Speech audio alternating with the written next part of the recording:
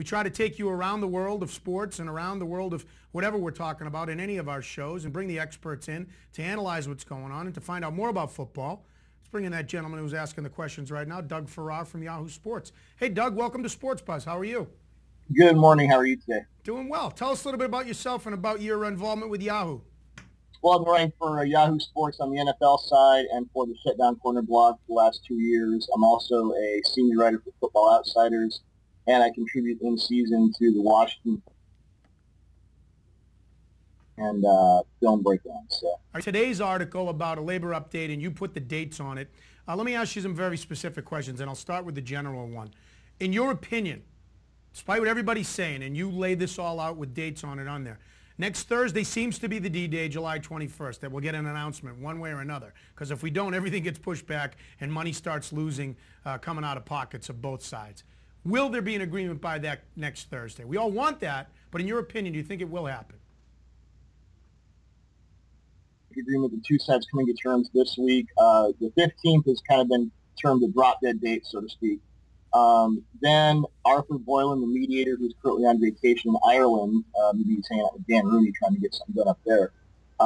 He will come back into the process on the 19th. Yesterday and today, the legal teams have been meeting again to go over different proposals. The owners and the players will once again meet, most likely Wednesday, Thursday, Friday of this week, to kind of get everything as close as they can get it done.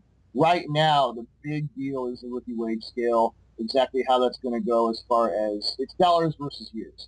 The players, according to Adam Schefter of ESPN.com, have offered to cut the rookie pool in half, but they want shorter contracts so that players like Chris Johnson, right, who had a base salary of $550,000 the year after he ran for 2,000 yards, or Ray Rice, who's due $550,000 this upcoming year. He's rushed for over 1,200 yards the last 2 years in a brutal division with all these great defenses.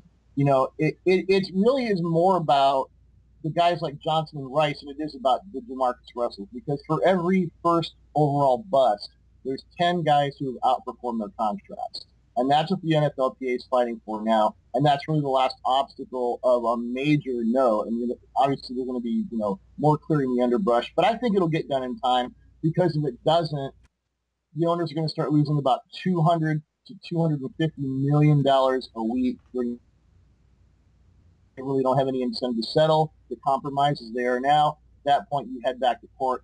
You risk missing multiple regular season games, if not an entire season, as the owners try and break the union entirely. So this week is crucial to that whole process. Well, in the rookie wage scale, if that's what it's coming down to, and as you mentioned Adam Schefter in his latest article also mentioned, talking to several players, that, quote, they have reached their limit of compromise. So if it does come down to the rookie wage scale, as you just laid it out, to me that seems like a reasonable compromise. So you do get 4 years of a commitment from a guy that comes out. Now keep in mind, folks, that the NFL average player and the average career in the NFL is less than 4 years. So you get 4 years to prove yourself. If you are JaMarcus Russell, as a team, you're only on the hook for 4 years. But if you are Chris Johnson and others, and you prove yourself, now you've earned your keep. You've got through that first contract, and it is only 4 years. And if they do cut the salary cap for the rookies, or the salary, I'm not saying it right. If they do cut what is it? The salary floor. Yeah, if they do cut the money that's going to be distributed to rookies, so they're not going to make as much as that in 4 years. They got to earn it, but they're quicker to free agency. To me, that seems like a no-brainer that should be worked out on both sides. If that falls apart, then you really got issues. Oh, they're not going to blow this whole deal over, because basically rookie salaries are slotted for every pick from about 17 down. They're not going to blow this whole deal for the first 16 picks in the draft. It's just, Cam Newton's going to have to learn to get. I hear the violins in the background. It's